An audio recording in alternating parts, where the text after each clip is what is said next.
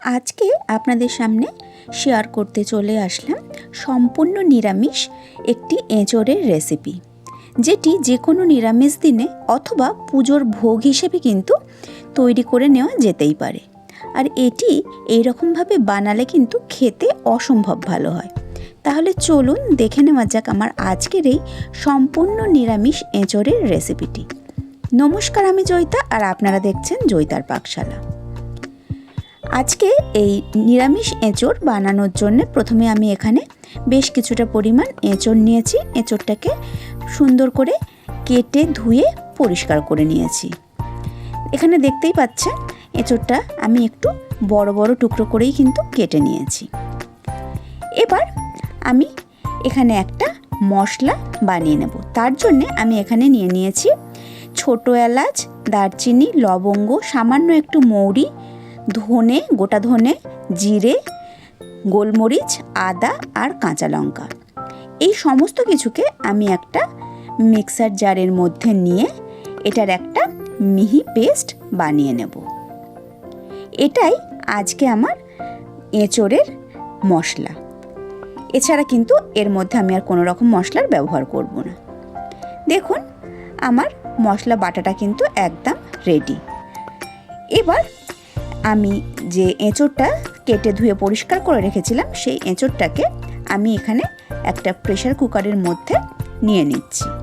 এবার এর মধ্যে সামান্য হলুদ আর ছোট চামচের 1 চামচ নুন দিয়ে আর কিছুটা জল দিয়ে আমি এটা একটা সিটি দিয়ে নেব। আমি কিন্তু খুব বেশি এঁচোড়টাকে সেদ্ধ করব না, মোটামুটি 50 to 60% সেদ্ধ করব, আর বাকিটা কিন্তু আমি কড়াইতেই সেদ্ধ করে নেব। আমি এখানে নুন আর হলুদ দিয়ে এঁচোড়টাকে একটা সিটি দিয়ে প্রেসার কুকারে সেদ্ধ করে নিচ্ছি।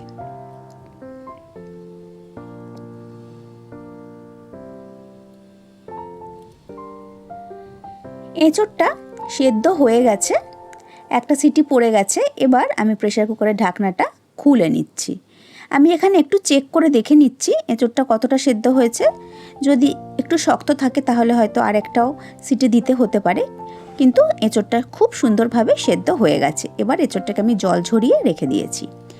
এবার আমি রান্নাটা শুরু করব বলে গ্যাসে কড়াই বসিয়ে তাতে দিয়ে দিয়েছি সর্ষের তেল। এখানে কিন্তু সর্ষের তেলের পরিমাণটা একটু বেশি দিতে হবে। সর্ষের তেলটা ভালো করে গরম করে নিয়ে এখানে আমি একটা বড় সাইজের আলু এরকম ছোট ছোট ডুমো করে কেটে নিয়েছি। সে আলুটাকে আমি গোল্ডেন করে ভেজে নিচ্ছি। আলুটা গোল্ডেন করে ভেজে আমি একটা পাত্রে তুলে রেখেছি। এবার ওই একই তেলের মধ্যে আমি ফোড়নে দিয়ে দিয়েছি গোটা জিরে, একটা তেজপাতা আর একটা শুকনো লঙ্কা। শুকনো লঙ্কাটাকে আমি একটু ফাটিয়ে নিয়ে ব্যবহার করেছি। 5-7 সেকেন্ড একটু নাড়াচাড়া করে নিয়ে এবার ওই তেলের মধ্যে আমি দিয়ে দিয়েছি তৈরি করে নেওয়া মশলাটা। মশলাটা দিয়ে আমি খুব ভালো করে মশলাটাকে কষিয়ে নেব। তবে মশলাটা যাতে পুড়ে না যায় সেই জন্যে মিক্সির জারটা ধুয়ে আমি এর মধ্যে কিছুটা পরিমাণ জল দিয়ে দিয়েছি। এবার আমি মিডিয়াম টু লো ফ্লেমে 7 থেকে 8 মিনিট সময় ধরে মশলাটাকে খুব ভালো করে কষিয়ে নেব, যতক্ষণ না আদার কাঁচা গন্ধটা একেবারেই চলে যায় আর ওপরে তেলটা ভীষণ সুন্দরভাবে রিলিজ করে যায়। আর এই মশলাটা কষানোর সময় আমি এখানে দিয়ে দিয়েছি পরিমাণ মতো হলুদ গুঁড়ো, লাল লঙ্কার গুঁড়ো আর দিয়েছি পরিমাণ মতো নুন। সমস্ত কিছু দিয়ে খুব ভালো করে 7-8 মিনিট সময় ধরে আমি মশলাটাকে কষিয়ে নিচ্ছি।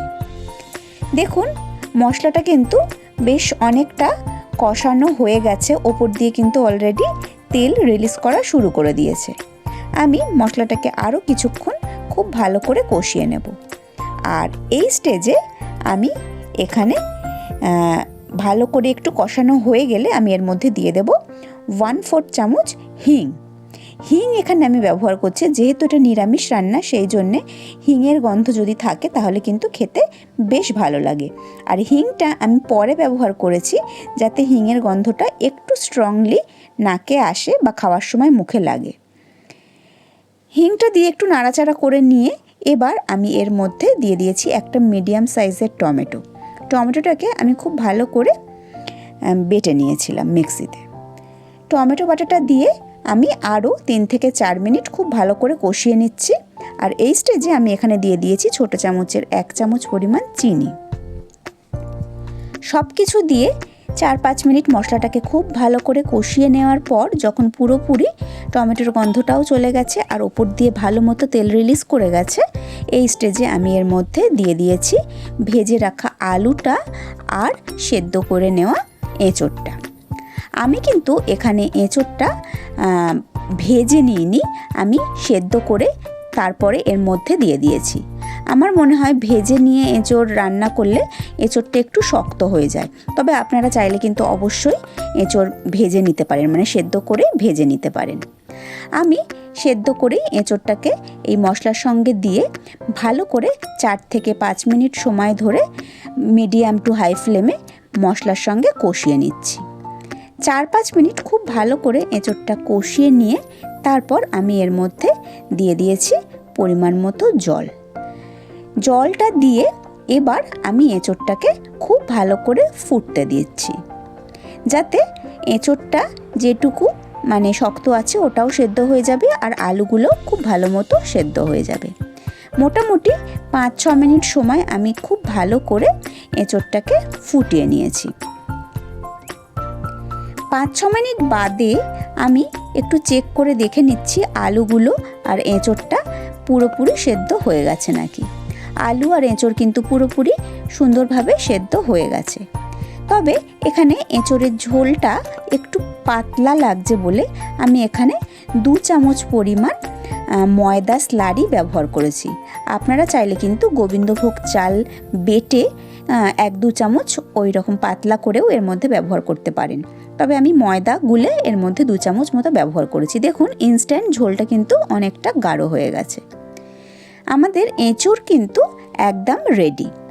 এবার আমি এর মধ্যে দিয়ে দিয়েছি বড় চামচের 1 চামচ পরিমাণ ঘি। ঘিটা দিয়ে ঘিটা এঁচোড়ের সঙ্গে খুব ভালো মতো মিশিয়ে নিচ্ছি। মিশিয়ে নিয়ে তারপর আমি গ্যাসের ফ্লেমটা কিন্তু বন্ধ করে দিচ্ছি। গ্যাসের ফ্লেমটাকে বন্ধ করে দিয়ে এবার 10 মিনিটের জন্যে এঁচোড়টাকে আমি ঢাকা দিয়ে স্ট্যান্ডিং টাইমে রেখে দিয়েছি। 10 মিনিট হয়ে গেছে। 10 মিনিট বাদে এবার এই এঁচোড়টাকে আমি সার্ভ করে দেব। দেখুন 10 মিনিট বাদে আমি ঢাকনাটা খুলে নিয়েছি।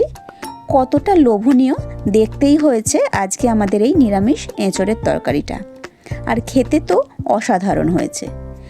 যে কোনো ভাত, রুটি, লুচি যে কোনো কিছুর সঙ্গে কিন্তু এই নিরামিষ এঁচোড়ের তরকারি অনবদ্য। তাহলে আমার আজকের এই রেসিপি আপনাদের কেমন লাগলো অবশ্যই কিন্তু কমেন্ট করে জানাবেন। আমি আবার হাজির হয়ে যাব কোনো নতুন রেসিপি নিয়ে নেক্সট এপিসোডে। ভালো থাকবেন, সুস্থ থাকবেন। আর আপনারা দেখছিলেন জয়িতার পাকশালা। ধন্যবাদ।